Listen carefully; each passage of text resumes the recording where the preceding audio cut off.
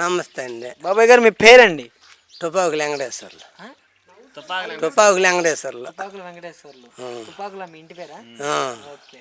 ఎలా ఉందండి మరి ఇప్పుడు చంద్రబాబు నాయుడు గారు వచ్చి 9-10 నెలలు అవుతుంది, ప్రభుత్వం పనితీరు ఏ విధంగా కొనసాగుతుంది అనుకుంటున్నారు?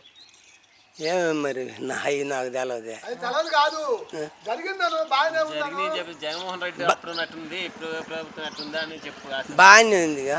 ప్రభుత్వం బాగానే ఉంది. వస్తున్నాయి. ఏం వ్యవసాయం ఏం చేసేది? వ్యవసాయమే. ఓకే. మరి పడుతున్నాయా రైతు భరోసా 20,000 పడ్డాయా? ఇంకా మరి ఏది పర్లేదుగా. వేస్తాడా? ఏం మరి వేస్తానంటుండగా. వేస్తానంటున్నాడు. ఓకే.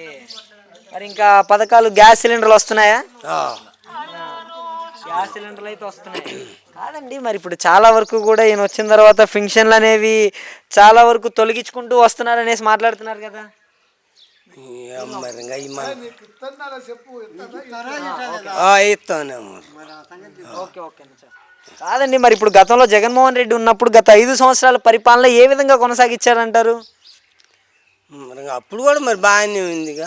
బాగానే అంటే ఎలా? ఆయన ఇచ్చాడు అసలు ఈ పథకాలు ఇచ్చాడు? ఆయన ఏమన్నా పథకాలు ఇవ్వగలిగాడా చెప్పిన మాటలు?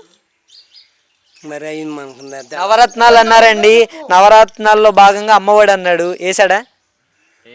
అయ్యేయలేదు. జగన్ వేయలేదు. మరి రాలే.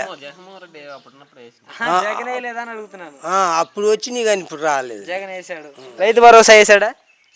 రైతు భరోసా వేయలేదు. జగన్ అండి, జగన్ అప్పుడు వేసిండండి.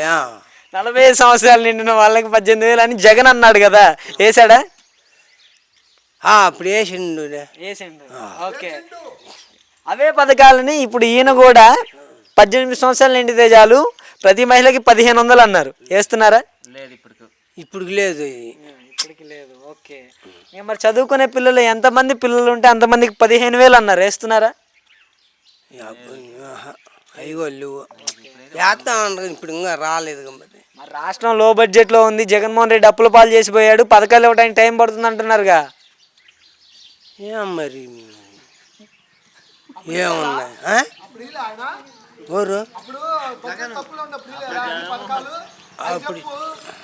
ఇచ్చిండు. కాదండి, ఇప్పుడు ఈయన చాలా వరకు కూడా రైతులను అన్యాయం చేస్తున్నాడు. ఈయన వచ్చిన తర్వాత రైతుకు ధర లేదంటున్నారు, నిజమేనా?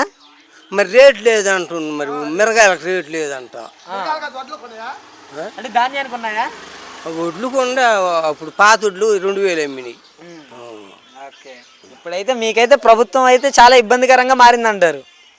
ఇబ్బంది ఏం లేదు, మామూలుగా నార్మల్గా వస్తుంది అనమాట. మరి పథకాలు ఏం రావట్లేదు, రైతులకి ధర లేదుగా. ధరే లేదు మరి ఎందుకని. సరే, ఓకే, థ్యాంక్ యూ. అంతే.